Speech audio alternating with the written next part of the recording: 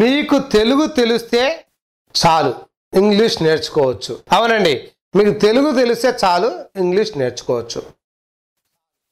వద్దు సూత్రం ద్వారా స్పోకెన్ ఇంగ్లీష్. వద్దు సూత్రం ద్వారా స్పోకెన్ ఇంగ్లీష్. నెక్స్ట్ మీకు వెళ్దామండి.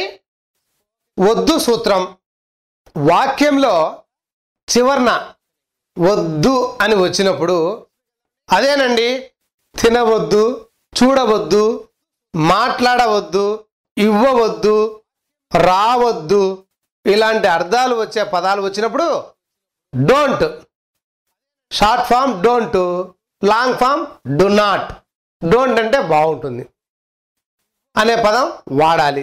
పక్క పేజీలో వివరంగా వాక్యాల్లో చూద్దాం. వద్దు సూత్రము తెలుగులో ఇంగ్లీష్లో మీకు ఎన్నో క్రియలు తెలుసండి. ఆ క్రియలకు ముందు డోంట్ అని పెడితే చాలు.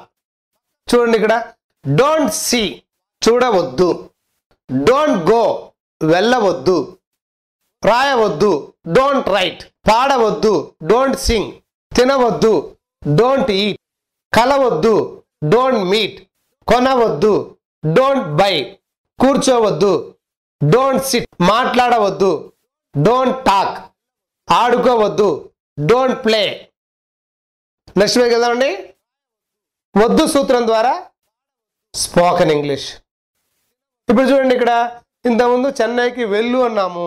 ఇప్పుడు ఇక్కడ అన్ని నెగిటివ్ చెప్పాలి కాబట్టి చెన్నైకి వెళ్ళవద్దు, పాట పాడవద్దు, కిరణ్తో మాట్లాడవద్దు, మామిడి పండును తినవద్దు, క్రైమ్ నవలను చదవద్దు, వేగంగా నడపవద్దు, అనవసరంగా తినవద్దు, కంప్యూటర్లో టైప్ చేయవద్దు, మార్కెట్లో కొనవద్దు, ఆఫీస్కు వెళ్ళవద్దు. ఇప్పుడు వీటిని ఇంగ్లీష్లో ఎలా చెప్తామో చూద్దామండి. రివర్స్ సూత్రం ప్రకారం చూద్దాం. ఓకే, వద్దు సూత్రం ద్వారా స్పోకెన్ ఇంగ్లీష్. ఈ వాక్యాలు స్నేహితుల మధ్య బాగుంటుంది. ఇంతకుముందు చెప్పుకున్నాం కదా. సరే, నెంబర్ 1 చెన్నైకి వెళ్ళవద్దు. చెన్నై అనేది ఒక పదము, కి అనేది ఒక పదము, వెళ్ళవద్దు అనేది ఒక పదంగా డివైడ్ చేస్తే 3 పదాలు. వెళ్ళవద్దు 1, కి 2, చెన్నై 3. నెంబర్ల ప్రకారము వెళ్ళవద్దు అంటే డోంట్ గో, ఇంతకుముందు చెప్పుకున్నాం కదా. కి అంటే 2, చెన్నై అంటే చెన్నై, చెన్నైకి వెళ్ళవద్దు అంటే don't go to Chennai. Number 2 పాట పాడవద్దు. పాట అనేది ఒక పదం, పాడవద్దు అనేది ఒక పదంగా డివైడ్ చేసి మీరు ఇష్టం అండి 3 పదాలకు డివైడ్ చేయొచ్చు. పాట, పాడ, వద్దు.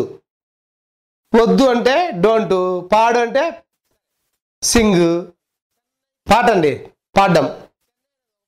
అప్పుడు పాట పాడవద్దు అంటే డోంట్ సింగ్ ఏ సాంగ్, పాడవద్దు అంటే డోంట్ సింగ్, పాట అంటే ఏ సాంగ్. నెక్స్ట్ పేజ్ వెళ్దామండి.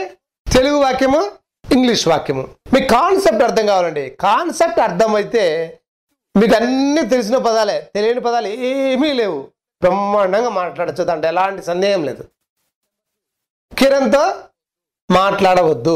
కిరణ్ అనేది ఒక పదము, తో అనేది ఒక పదము, మాట్లాడవద్దు అనేది ఒక పదము. మాట్లాడవద్దు అనే దానికి 1, తో అనే దానికి 2, కిరణ్ అనే దానికి 3. నెంబర్ల ప్రకారం చెప్తే డోంట్ టాక్ టు కిరణ్. తో అంటే ఇక్కడ 2 అని అర్థం చేసుకోండి. టాక్ పక్కన 2 వస్తే బాగుంటుంది, విత్ రాకూడదు. అయినా మీరు డోంట్ టాక్ విత్ కిరణ్ అన్నా కూడా కొంపలేమో అంటకపోవు, ఎదుటి వ్యక్తికి అర్థమైద్ది. ఓకే, చిన్న చిన్న తప్పులు సరి చేసుకోవచ్చు తర్వాత. నెంబర్ 4 మామిడి పండును తినవద్దు. మామిడి పండు అనేది ఒక పదము, తినవద్దు అనేది ఒక పదం డివైడ్ చేస్తే తినవద్దు అంటే డోంట్ ఈట్, మామిడి పండు అంటే ద మ్యాంగో. సో మామిడి పండును తినవద్దు అంటే don't eat the mango. Number 5 crime novel చదవద్దు. క్రైమ్ నవల్ చదవద్దు. చదవద్దు క్రైమ్ నవల్ అనేది ఒక పదము, చదవద్దు అనేది ఒక పదంగా డివైడ్ చేస్తే చదవద్దు అంటే డోంట్ రీడ్, క్రైమ్ నవల్ అంటే క్రైమ్ నావెల్స్. నెంబర్ 6 వేగంగా నడపవద్దు. వేగంగా అనేది ఒక పదము, నడపవద్దు అనేది ఒక పదము, డివైడ్ చేస్తే 2 పదాలు. నడపవద్దు అంటే 1, వేగంగా అనే దానికి 2. నెంబర్ల ప్రకారం చూస్తే నడపవద్దు అంటే డోంట్ డ్రైవ్, వేగంగా అంటే ఫాస్ట్. సో వేగంగా నడపవద్దు అంటే don't drive fast. Next page వెళ్దామండి. తెలుగు వాక్యము, ఇంగ్లీష్ వాక్యము. నెంబర్ 7 అనవసరంగా తినవద్దు. అనవసరంగా అనేది ఒక పదము, తినవద్దు అనేది ఒక పదంగా డివైడ్ చేస్తే 2 పదాలు. తినవద్దు అంటే డోంట్ ఈట్, అనవసరంగా అంటే డోంట్ ఈట్, అనవసరంగా అంటే అన్నెసర్లీ. అంటే అనవసరంగా తినవద్దు అంటే డోంట్ ఈట్ అన్నెసర్లీ. నెంబర్ 8, కంప్యూటర్లో టైప్ చేయవద్దు. కంప్యూటర్ అనేది ఒక పదము, లో అనేది ఒక పదము, టైప్ చేయవద్దు అనేది ఒక పదము. టైప్ చేయవద్దు అనేది 1, లో అనేది 2, కంప్యూటర్ అనేది 3గా డివైడ్ చేస్తే టైప్ చేయొద్దంటే డోంట్ టైప్, లో అంటే ఇన్, కంప్యూటర్ అంటే ద కంప్యూటర్. సో కంప్యూటర్లో టైప్ చేయొద్దంటే don't type in the computer. Number 9, మార్కెట్లో కొనవద్దు. మార్కెట్ అనేది ఒక పదము, లో అనేది ఒక పదము, కొనవద్దు అనేది ఒక పదము. 3 పదాలుగా డివైడ్ చేసాము. కొనవద్దు అనేది రివర్స్ చేసుకోవాలి కదా.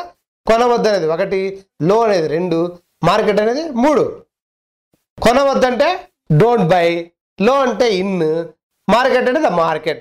సో మార్కెట్లో కొనవద్దంటే don't buy in the market. Number 10, ఆఫీస్కి వెళ్ళవద్దు. ఆఫీస్ అనేది ఒక పదము, కీ అనేది ఒక పదము, వెళ్ళవద్దు అనేది ఒక పదము. సో 3 పదాలు డివైడ్ చేసి వెళ్ళవద్దు అనేది చివరి నుంచి చేసుకోవాలి కదా నెంబర్లు. వెళ్ళవద్దు అనేది 1వ నెంబరు, కీ అనేది 2, ఆఫీస్ అనేది 3.